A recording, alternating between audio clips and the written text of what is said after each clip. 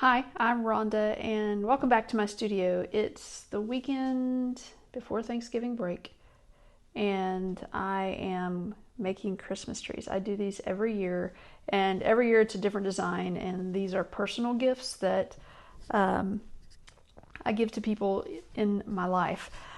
This year I'm doing 3 different designs. I'm doing just a basic tree, and then I have a ridged tree, I don't know what you would call it, and then I'm going to also do a scalloped tree. And I would like to share how I do the scallop tree because there's a lady in our pottery YouTube community named Gigi, and if I'm not wrong, her YouTube channel I believe is Clay Baby. And she was talking about making trees and using slip.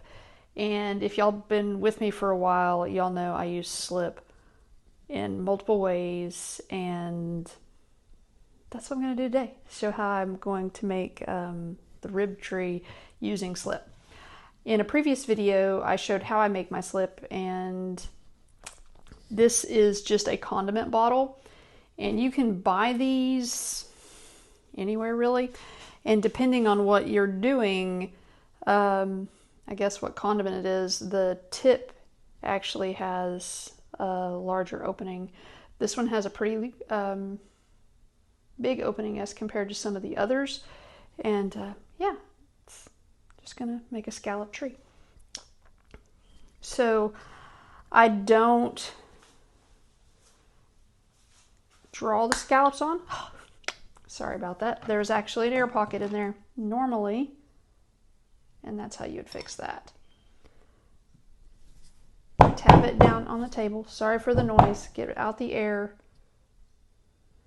Squeeze a little bit out. Let's try again.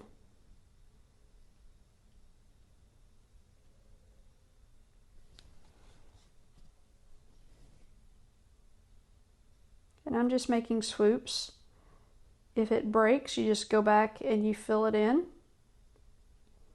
Because I'm going to use my brush here in a minute to actually feather this slip out, so you get more. I want to make a long scallop, so clean that off.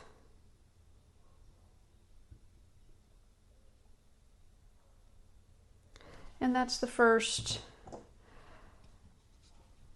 layer. When I'm done with it, I don't set the bottle back up. I lay it on its side so that the slip stays kind of towards the top of the bottle and less air. So now all I do is take a wet brush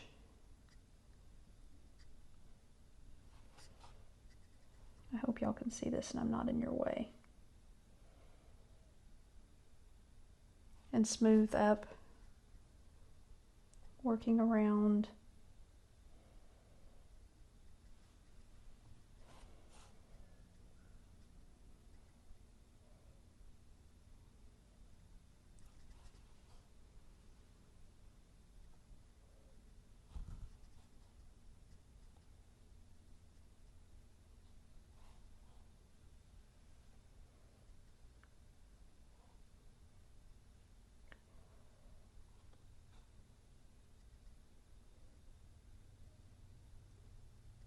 Now I'd like to show you something.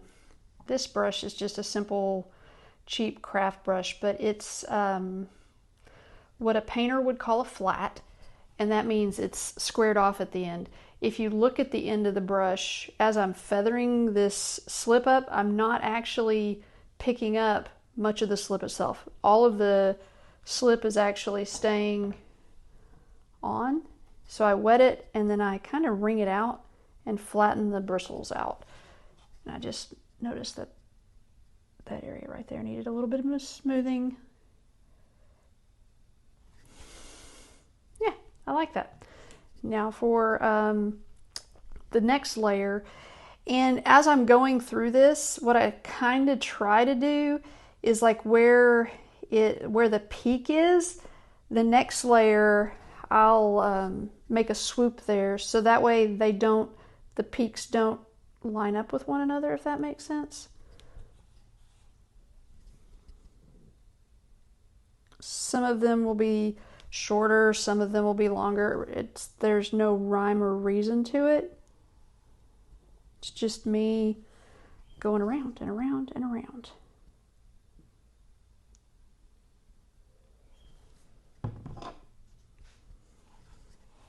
All right. Again, just very lightly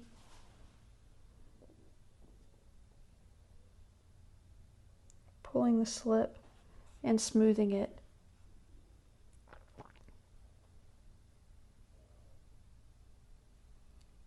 I like to use a lot of slip. It gives a lot of dimension to a piece.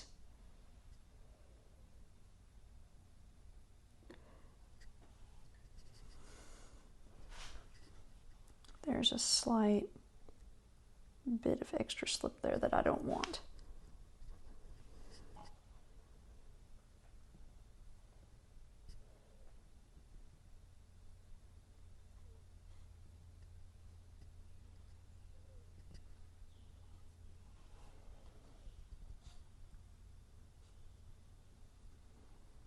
I like that.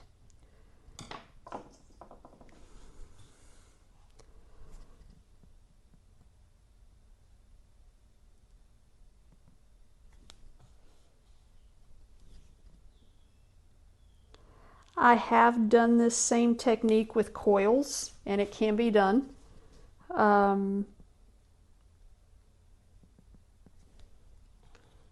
Coils take a little bit more work than the slip does, because then you have to actually work the clays together.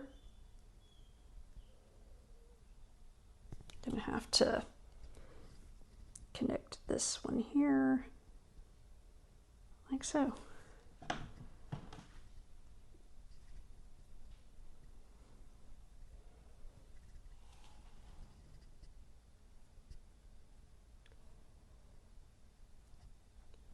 The bases, or the tree, I guess, itself is thrown on the wheel. You can, and I have slab built trees before. I find it's easier for me to actually get a more consistent cone if I actually throw it.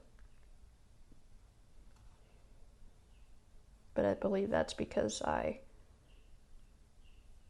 primarily throw and don't do a lot of hand building. If I hand built more consistently, I might do better at that, but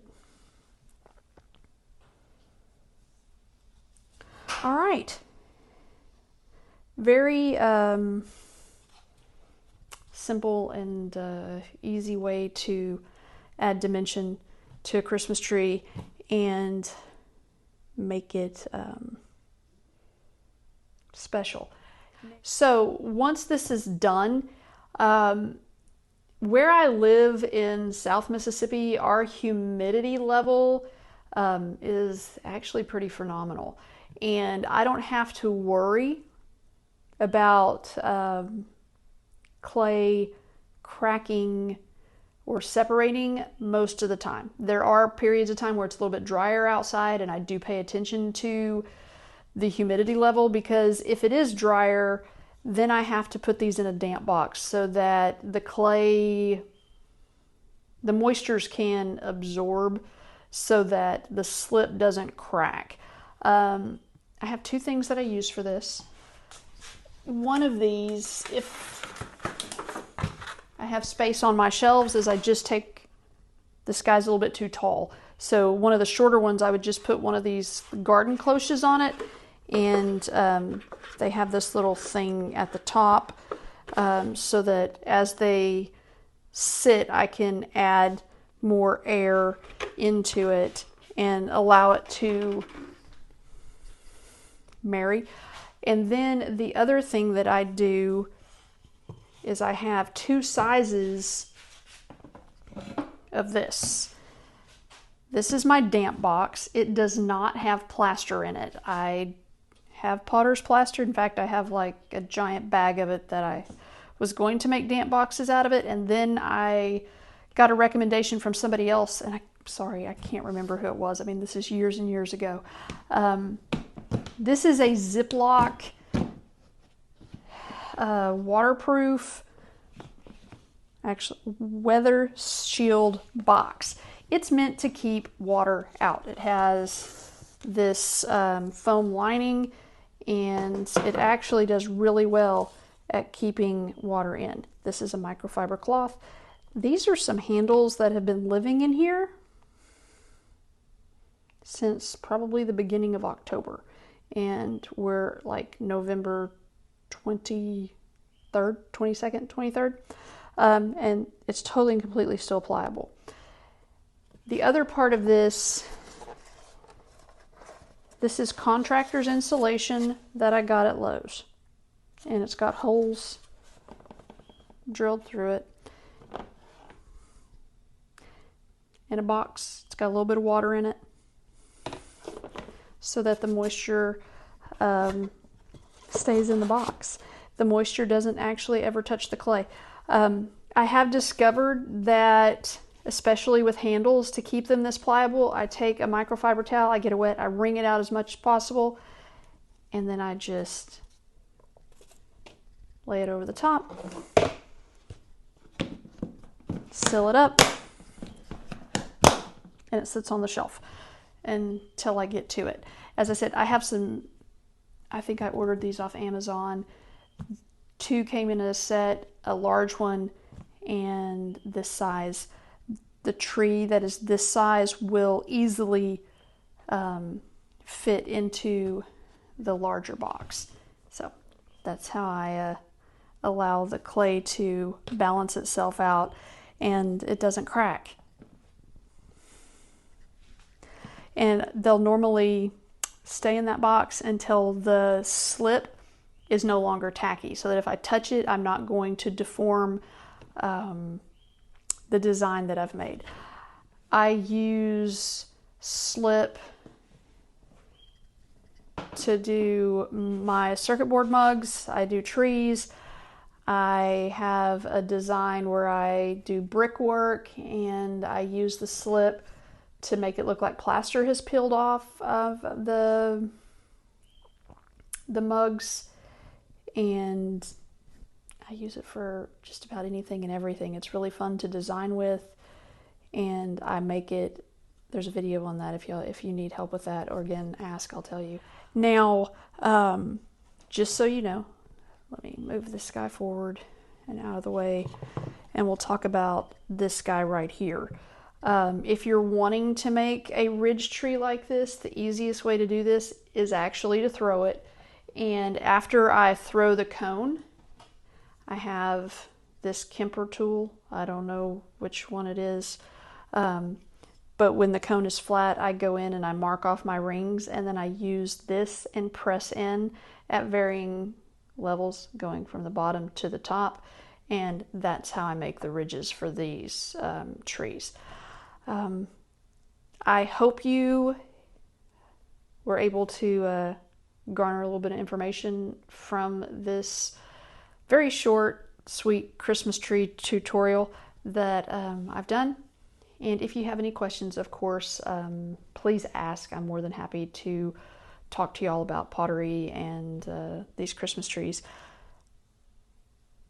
Thank you for joining me and spending your time with me, and I hope that you do something today that brings you joy.